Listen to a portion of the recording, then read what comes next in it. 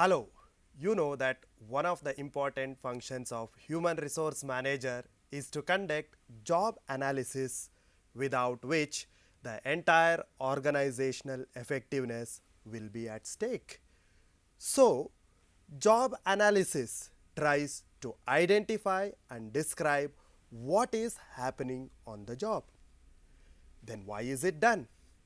So, job analysis is mainly done to facilitate an organization's need to accurately and precisely identify the required tasks, the knowledge, and the skills necessary for performing them, as well as the conditions under which they must be performed. Employers have been forced to demonstrate the validity of human resource policies and practices that affect such activities and actions as recruitment, compensation, hiring, testing, training, termination, discipline, promotion, and transfers. Then, what is recruitment and selection?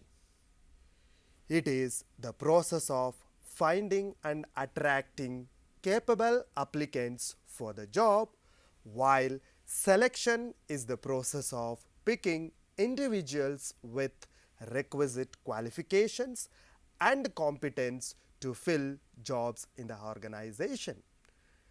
Now, training refer to the imparting of specific skills, abilities, and knowledge to an employee in order to improve current or future employee performance. What is compensation? It is the art of the human resource management because people work for monetary rewards to satisfy their basic needs. So, employee remuneration comprises cash payments, which, in addition to the salary, includes pensions, bonus, and shared profits. Now, what do you mean by employee termination or separation? It is the cessation of service of agreement with the organization for one or the other reason. The employee may be separated from the payroll of a company as a result of resignation, discharge and dismissal, suspension and retrenchment, layoff. Finally, let's know what is promotion and transfer. Promotion is an upward movement or advancement of an employee in the organization to another job which commands better pay, status, and higher challenges, while transfer is the lateral movement of an employee from one position or plant or department to another, generally without involving any significant change in compensation, duties, and responsibilities and status. Hence, we can say that job analysis is the vehicle used to facilitate the validation of these processes in an organization. Now, let's understand what is job analysis. Job analysis is a process of studying and collecting information related to the various aspects of the job. It collects and analyzes the information associated with job description and job specifications. Let's elaborate on these two important components of job analysis. Job description. It is a list of jobs duties, responsibilities, reporting relationships, working conditions, and supervisory responsibilities which is nothing but one product of a job analysis. While job specification is a list of a job's human requirements, that is the requisite education, skills, personality and so on, which is another product of a job analysis. So let's get started. The activities involved in collecting, analyzing and recording job data are manpower intensive, that is, they are expensive and organizationally intense, that is, stressful. It is imperative that those responsible for managing the process take the time necessary at the outset to develop an action plan, secure senior management's support, solicit the cooperation of the employees. Now, let's understand the steps in conducting job analysis. First and foremost, determine the organizational use of the job content, that is, we should know for what purpose we are going to use this job related data. Secondly, we have to learn about the structure, operations and jobs of the organization, like mission statements, work unit goals and objectives, organization charts, process charts, procedure manuals, and in the third step, we identify and select methods for collecting job content data. The most commonly used methods are interviews, questionnaire, observation, diary or log, or combination of two or more methods. Finally, we have to schedule the necessary and logical work steps, that is, develop a time and cost schedule and determine what are you going to do, who is reporting to you, how are you going to do, where are you going to do it, and when are you going to do it. Now, having understood the steps in job analysis, let's see how to write job description.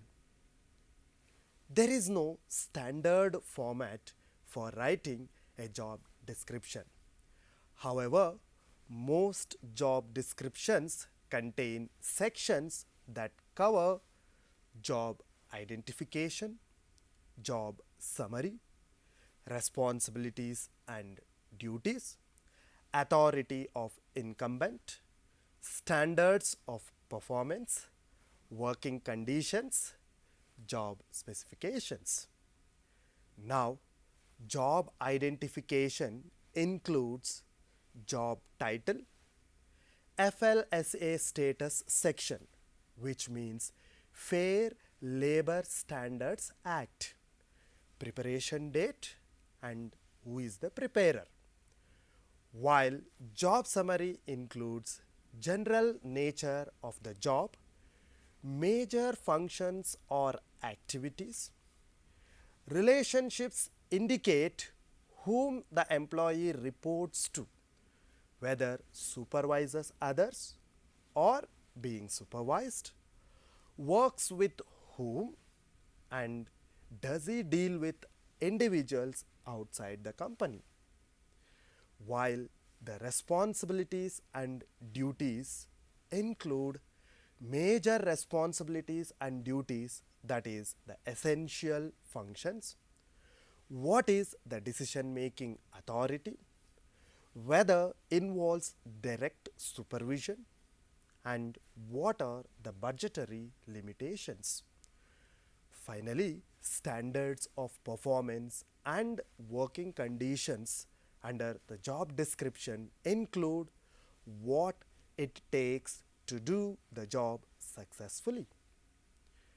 Now, let's see how to write a job specification. The job specification focuses on the person in answering the question. That is, what human traits and experience are required to do the job effectively. It shows what kind of person to recruit and for what qualities you should test that person. And the job specification may be a section of the job description or a separate document also. Job specifications for trained employees focus on traits like length of previous service, quality of relevant training, and previous job performance. Job specifications can be based on the best judgments of the common sense experiences of supervisors and human resource managers.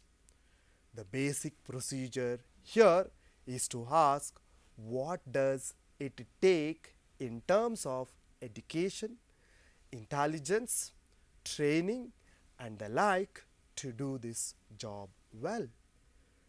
Basing job specifications on statistical analysis is more defensible than the judgmental approach because equal rights legislation forbids using traits that cannot be proved to distinguish between high and low job performers. Now, let me ask you a question. What are the uses of job analysis? Yes, you are right. Job analysis provides the information required for other organizational activities that depend on and also support the job.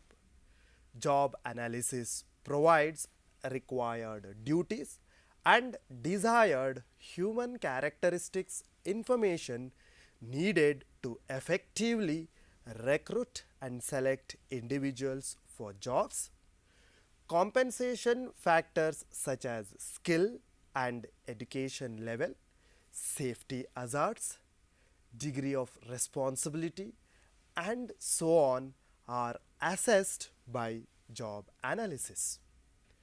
Now, knowledge of specific duties and requisite skills of a job is required for proper training of employees.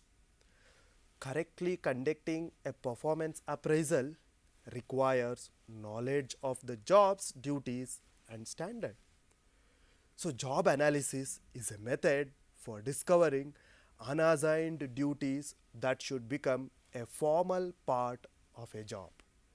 So, finally, job analysis is required to validate essential job functions and other HRM for EEO compliance, which stands for Equal Employment Opportunities Compliance under the Uniform Guidelines of Employee Selection.